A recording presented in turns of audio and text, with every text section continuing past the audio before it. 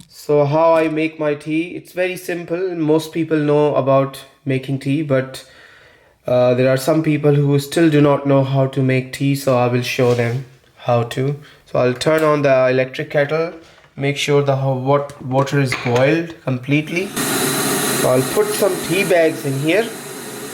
Tipal Danedar, and this tea is from Pakistan, and this tastes really nice.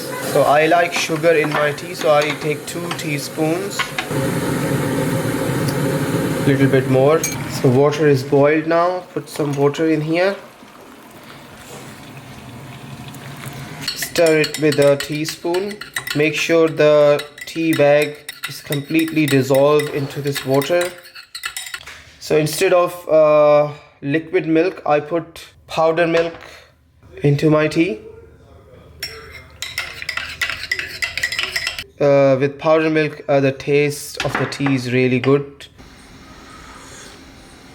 Wow, this is so beautiful. So guys, this is the way you make your tea, a simple and easy way to make a cup of tea. I hope you liked my video.